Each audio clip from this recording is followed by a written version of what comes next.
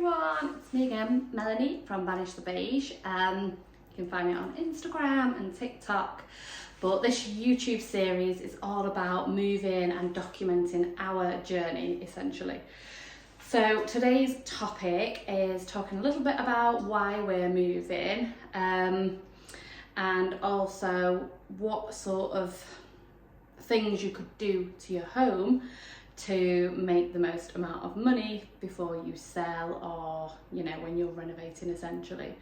So the next property will be our third renovation project. If you've seen my Instagram, you'll see we do a lot ourselves, which obviously then tells you that we're saving quite a bit on trades and things. So our first place was a 2-bedroom terrace. It was 190,000 and we only had 5% deposit there. And my dad did a lot of the work. It was about 7 or 8 years ago, so he was a bit younger then. I think he just retired, but yeah, he was up for sort of helping us with the whole thing. So he did pretty much everything for us from a labour point of view.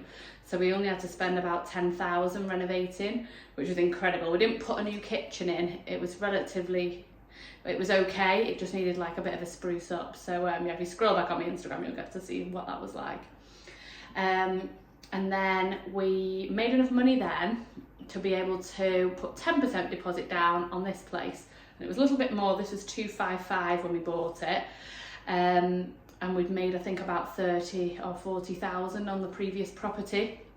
So we had the 25,000 deposit, and then we had about 10,000 left over for renovating. All in all, over the 2.5 years, we've spent 30,000 doing this place, but that has had everything pretty much.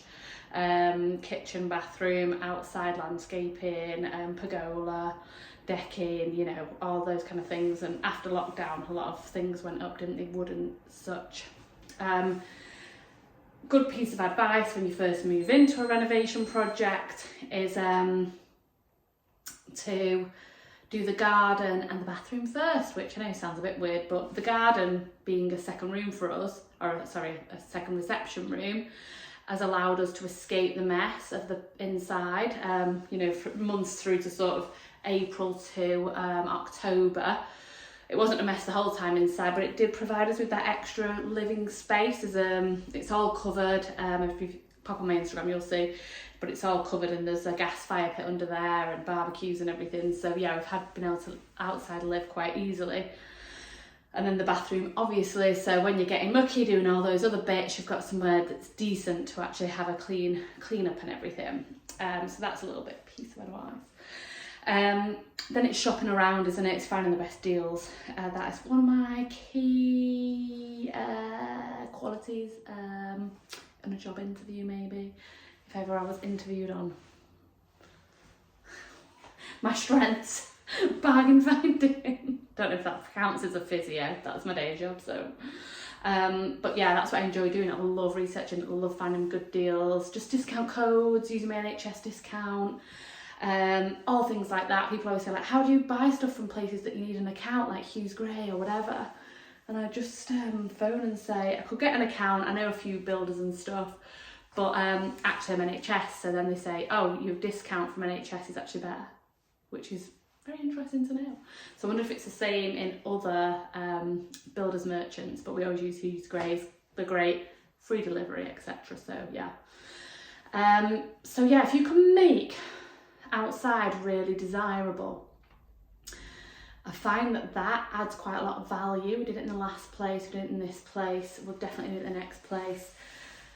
That people want, that outside living, don't they? And I suppose if you can't like open the whole back of your house, you've not got those funds essentially, or the space, you can still make it so you want to get out there by building certain structures that allow you to sit out in all sorts of weather. That's what we've done anyway. But it's little things like for the kitchen units, for example, these are chipboard, they're not wood, but they look the part, but they are a lot cheaper, maybe like a third of the price of solid wood, or maybe a quarter of the price. And just shopping around, like you get little bits to lift it, like the Perrin and Road tap, the Shores of Darwin sink, the quartz, but then my appliances were not too expensive, and things like I got laminate flooring, not solid wood, and then obviously the kitchen and carcasses themselves were reasonable. Shopped around like for plasterers and stuff, and then we've also, you know, just added little things and built things ourselves, which I'll show on Instagram. I feel as though it's sort of like the finish and the quality of what you're putting in, or the look that you get, so getting the look for less. People can't really tell when they're viewing the property, they just see it looks lovely, it looks great, you know.